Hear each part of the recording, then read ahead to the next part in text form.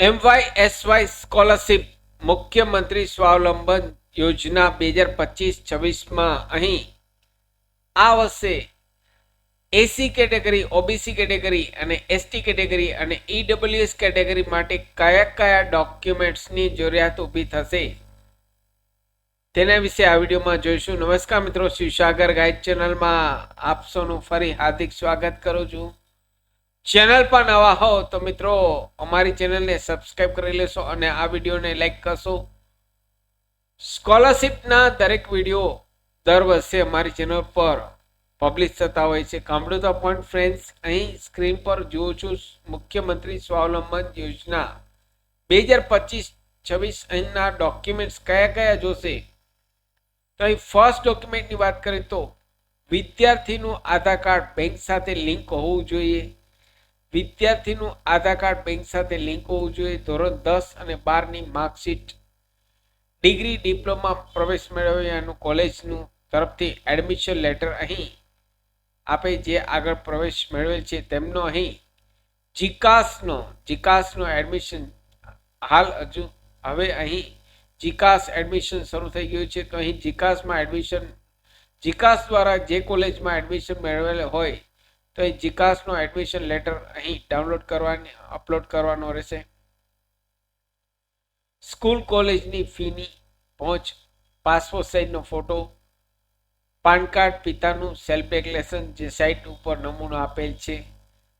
અહીં બેંક ખાતાના પાસબુકનું પહેલું પેજ વિદ્યાર્થીઓનું, અહીં બેંક ખાતાનું ફર્સ્ટ પેજ વિદ્યાર્થીના નામની જે બેંક છે તેનું ફર્સ્ટ પેજ જોશે, કારણ કે તેમાં અહીં સ્કોલરશિપ જમા થશે. તો અહીં બેંક ખાતું આધાર કાર્ડ સાથે લિંક હોવું ફરજિયાત છે મિત્રો. આપનું બેંક ખાતું આધાર કાર્ડ સાથે લિંક નહીં હોય, રાશન કાર્ડ સાથે લિંક નહીં હોય તો અહીં રિજેક્ટ થશે. તો અહીં ખાસ ધ્યાન રાખશો મિત્રો, અહીં આપનું બેંક ખાતું કેવાયસી કમ્પ્લીટ હોવું જોઈએ. પિતાની આવકનો દાખલો લેટેસ્ટ, કોલેજના આચાર્યશ્રીના લેટર પેડ ઉપર પ્રમાણપત્ર જે સાઇટ ઉપર આપેલ છે તે મુજબનો નમૂનો અહીં કોલેજના લેટર પેડ ઉપર પ્રિન્ટઆઉટ કાઢી તેમના સહી સિક્કા કરાવવાના રહેશે. ઇન્કમટેક્સ રિટર્ન આવકવેરાને પાત્ર ન થતા હોય તેવા કિસ્સામાં સેલ્ફ ડિક્લેરેશન જે સાઇટ ઉપર નમૂનો આપેલ છે તે ડાઉનલોડ કરી પ્રિન્ટઆઉટ લઈ તેમાં ફોર્મ ભરી અપલોડ કરવાનું રહેશે. આટલા ડોક્યુમેન્ટ્સ ઓરિજિનલ સ્કેન કરી અપલોડ કરવા ફરજિયાત છે મિત્રો.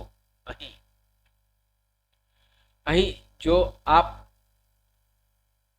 એસી, એસટી, ઓબીસી કેટેગરીમાં આવતા હોય તો અહીં જાતિનો દાખલો પણ અપલોડ કરવાનો રહેશે. ઈડબ્લ્યુએસ ના કિસ્સામાં ઈડબ્લ્યુએસનું સર્ટિફિકેટ પણ અહીં અપલોડ કરવાનું રહેશે.